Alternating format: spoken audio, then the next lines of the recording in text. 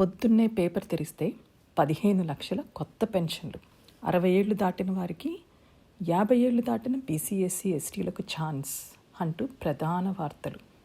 గొప్పలు చెప్పుకునే వార్తలే, కానీ క్షేత్రస్థాయిలో వాస్తవ పరిస్థితి ఏంటి?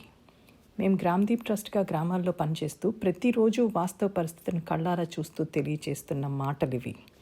లక్షల కోట్ల అప్పుల్లో కూరుకుపోయిన రాష్ట్రం, గ్రామాల్లో తాగునీటి చెరువులు చెత్తతో నిండిపోయి ఉన్నాయి.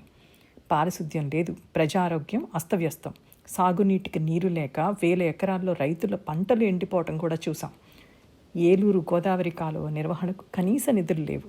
ప్రభుత్వం చేయాల్సిన పూడికతీతలు, కలుపు తొలగింపులు, ప్రజలకు తాగునీరు, రైతులకు సాగునీరు అందించాల్సిన అత్యవసర పనులు, అవి కూడా ఇప్పుడు రైతుల భుజాలపై పడిపోయాయి.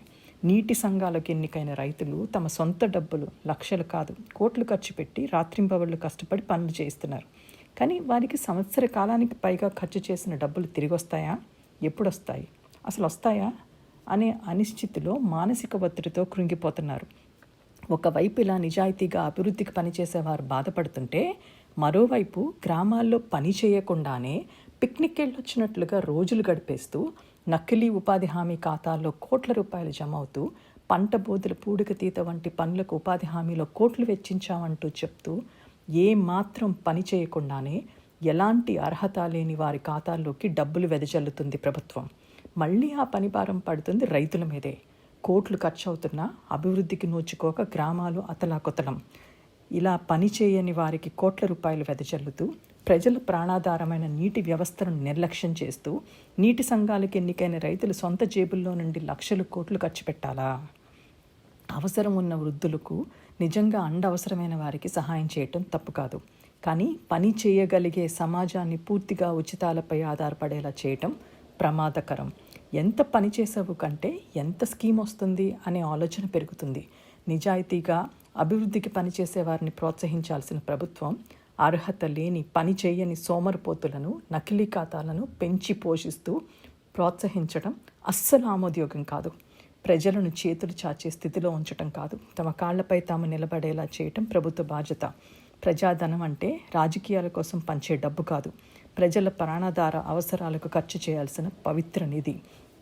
తాగునీటి చెరువుల నిర్వహణ, కాలువల శుభ్రత, పారిశుద్ధ్యం, ప్రజా ఆరోగ్యం, రైతుకు సాగునీరు, యువతకు ఉపాధి, ఇవే అసలైన సంక్షేమం, ఇవే నిజమైన అభివృద్ధి. ప్రభుత్వం వెంటనే ఇటువంటి అక్రమాలు, నకిలీ ఖాతాలు, పనిచేయని వ్యవస్థలపై కఠిన చర్యలు తీసుకోవాలి. ప్రజల డబ్బును వృధా కాకుండా కాపాడాలి. అత్యవసర అవసరాలపై ఖర్చు చేయాలి. ప్రభుత్వం చేయాల్సిన కాలువల నిర్వహణ పనుల కోసం నీటి సంఘాలకు ఎన్నికైన రైతులను కోట్లు ఖర్చు పెట్టించే పరిస్థితికి నెట్టడం ఆపాలి. రైతులను ఆర్థికంగా కుంగతీసే విధానాలు మారాలి. దుష్ట శిక్షణ, శిష్ట రక్షణ కూడా ప్రభుత్వ పని.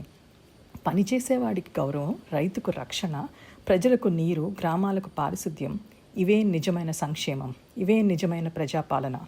లేకపోతే ప్రజల డబ్బుతో ప్రజల అవసరాలు తీర్చకుండా ప్రచారాలకు, ఓట్ల రాజకీయాలకు ఖజానా ఖాళీ చేస్తే దాన్ని మంచి ప్రభుత్వం అని పిలవాలా? ఎందుకు పిలవాలి? ఎలా పిలవగలం? ఆంధ్రప్రదేశ్ మరొక రోగ్ స్టేట్ అని పిలువబడటమే మాకు భవిష్యత్తు కనిపిస్తుంది.